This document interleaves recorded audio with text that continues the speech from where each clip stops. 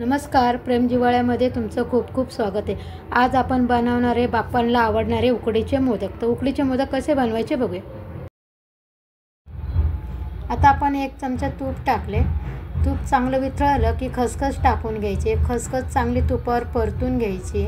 खसखसीने चव छान येते। आता 1 वाटी मी इथे नारळ टाकले। ते खवून घेतलेलं नारळ आहे घरी, ते पण मस्त परतून घ्यायचे। 1 कप मी गूळ घेतलाय, तो पण बारीक चांगला चिरून घेतलाय। तुम्हाला जर कमी जास्त करायचं असेल गुळाचं प्रमाण तर तुम्ही करू शकता। आता हे एकजीव होईपर्यंत मिश्रण चांगलं मिक्स करून घ्यायचं आहे। आता हे मिश्रण मस्त घट्ट झाले, बघू शकता तुम्ही, एकदम असं आळायला लागलं हे पीठ। आता आपण ना या कढईला ना खाली उतरवून घेऊया, एका वाटीमध्ये काढूया। एका वाटीत काढून झालं का वरून वेलची पावडर टाकायची। वेलची पावडरने ना काय होतं, चव छान येते। कधी पण मिश्रण तयार करत असताना वेलची पावडर नाही टाकायची, खाली काढून झाल्यावर वेलची पावडर टाकायची, म्हणजे मोदकाला चांगली चव राहते। आता एक वाटी मी तांदळाचं पीठ घेतले। हे तांदळाचं पीठ मी घरी बनवलेले, बासमती तांदूळ आणि आंबे मोहरपासून असं तयार केलेलं हे पीठ आहे, घरघंटीवरून दळून आणले। आता इथे मी 1 वाटी पाणी टाकले आणि 1 वाटी दूध टाकले आणि हे चांगलं ढवळून घ्यायचं आहे। आणि याच्यात 1 चमचा तूप टाकते मी। आता 1 चमचा तूप टाकलं। चवीनुसार मीठ टाकूया।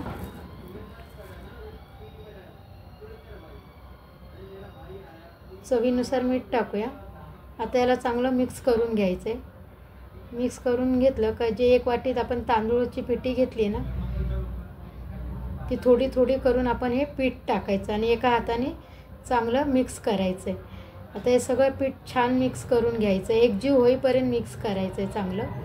आणि मिक्स झालं की 5 मिनटं झाकून ठेवायचं आहे। तर आता आपण हे एका ताटामध्ये थंड झाल्यावर काढून घ्यायचं आहे आणि एका वाटीने हात भाजेल म्हणून एका वाटीने हे चांगलं मळून घ्यायचं आहे। पीठ थंड झालं की आपण हाताने मळून घ्यायचं आहे। आता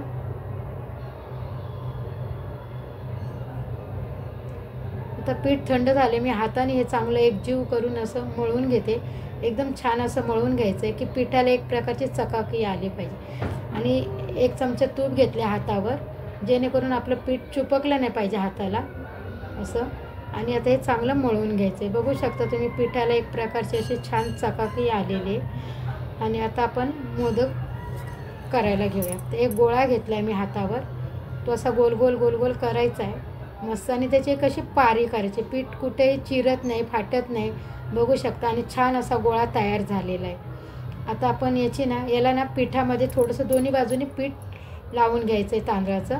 हे बघा, इथे मी बाजूला थोडंसं पीठ घेतलेलं आणि याच्यात आपण पारी करून घेऊया। ही पारी ना एकदम अशी पातळ करायची आपल्याला, एकदम म्हणजे एकदम जाड पण नाही आणि एकदम पातळ पण नाही, मिडियम ही पारी असली पाहिजे।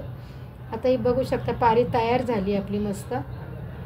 1 चमचा आपण याच्यात सारण टाकूया।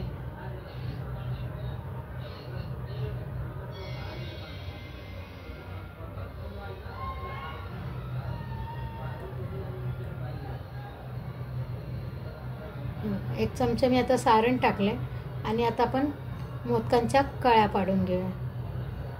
आता एक अंगठा आणि मधल्या बोटाने मधलं बोट मध्ये टाकून अशा मस्त आपण याच्या कळ्या पाडून घ्यायच्या आहेत। एकदम छान आणि मस्त पटापट अशा कळ्या होतात ह्या मोदकाच्या पारीच्या। जर पारी छान अशी मऊ मळलेली असेल ना, पीठ उकड छान काढलेली असेल ना, तर कळ्या पाडायला एकदम सोप्या जातात।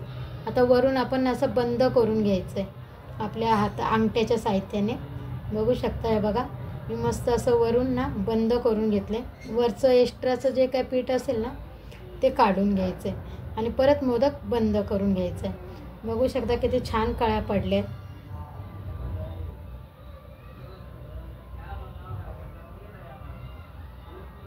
आता आपण दुसरा पण मोदक मी तुम्हाला दाखवते। तर ते पण आपण तसंच करायचं जसा पहिला मोदक केला ना, हातावर मस्त एक गोळा घेऊन दोन्ही हाताने प्रेस करून त्याला गोळा करायचा आहे, पिठीमध्ये बुडवून घ्यायचा आहे दोन्ही बाजूनी आणि परत छान अशी अंगठ्याने ही पारी तयार करायची। अशी पातळ छान एक पारी तयार करून घ्यायची।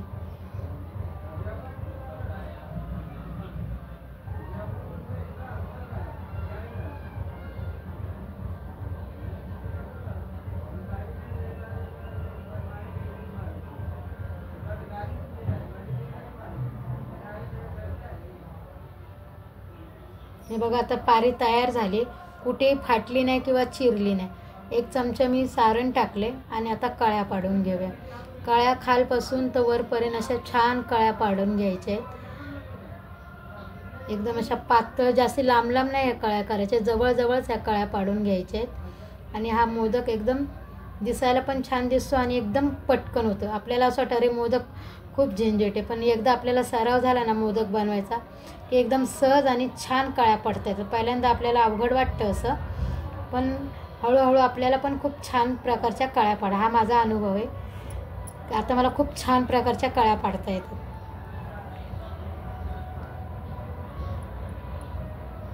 हे बघा किती छान मोदक बनून तयार आहे. आता मी इथे पाणी ठेवले, पाण्यावरती अगोदरच 5 मिनटं मी पाणी बॉईल करायला ठेवलं होतं. चाळणीला मस्त तूप लावून घेतले, जेणेकरून मोदक चिटकले नाही पाहिजे. त्याच्यासाठी इथे मी एका वाटीमध्ये पाणी घेतले आणि एक एक मोदक सगळा बुडवून चाळणीमध्ये ठेवते.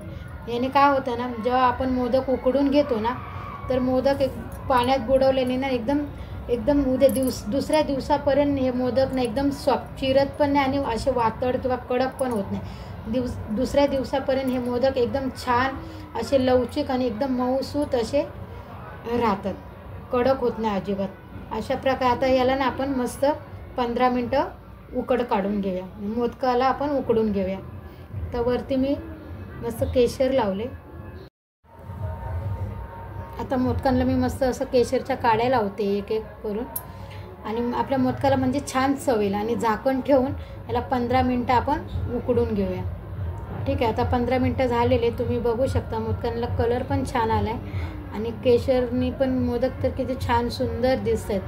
बघू शकता एकदम असे सॉफ्ट मोदक बनून तयार आहे. आता तुम्हाला मी हा मोदक कापून दाखवते, म्हणजे तुम्हाला समजेल की हा मोदक किती लवचिक म्हणजे खूप सुंदर झालेला आहे. हे बघा आतपर्यंत याचं सारण एकदम छान भरलेलं आहे, भरगच्च, आणि मोदक पण एकदम सॉफ्ट आहे. हे मोदक दुसऱ्या दिवसापर्यंत असेच सॉफ्ट राहतात.